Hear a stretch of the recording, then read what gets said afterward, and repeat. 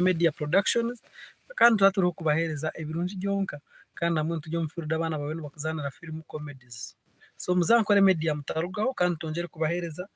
mwena bakunda ikintu nimbashaba musharingireho n'abandi mugambireho n'abandi at least ikintu kibase kukura kandi tubase kukitambuzaje. So ubwo ndiye muswaga nkaburijo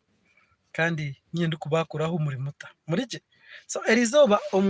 umushaba man munonga mu entertainment kandi ubwo ni mu mayo motoka zakabi omunsi. So bamwita Ssali David wa kabi na celebrating a birthday yeye erizoberi kandi ogwe n'umushaba man munonga kandi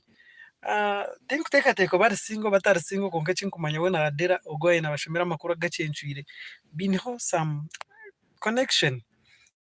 kandi nkito ntwatine kuba information kugira ngo manyare ba celeb ogwa tira producer wa TV West kandi akiriho cyo nachitamza kumara nk'imyaka 10 nyuma kandi ni brother wa Ronald Santana kandi nabori manager wa TV niyemwe. So norango imirimo bagezaho kugitambuza. So Ssali David wa kabi happy birthday kandi nyoki mukunda no kugira ngo basize kunyamba wa promotingira beshongozi bingi waba yamba babasa kurugayo bagire ko baba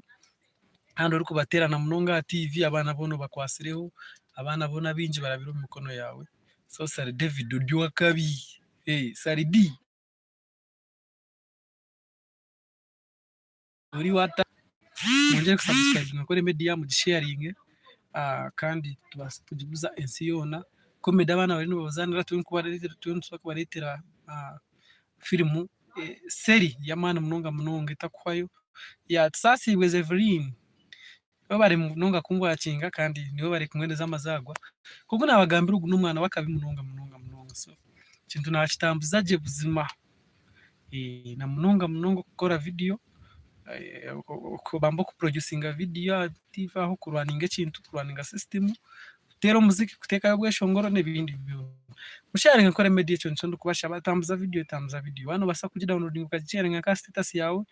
nimba ndi grade kandi jikaba kuteka musete n'aba doctors referral bakushangwa umururu bari ntungamo kandi aba super accessories and movie center bakaba memory card na flash muri mbarara.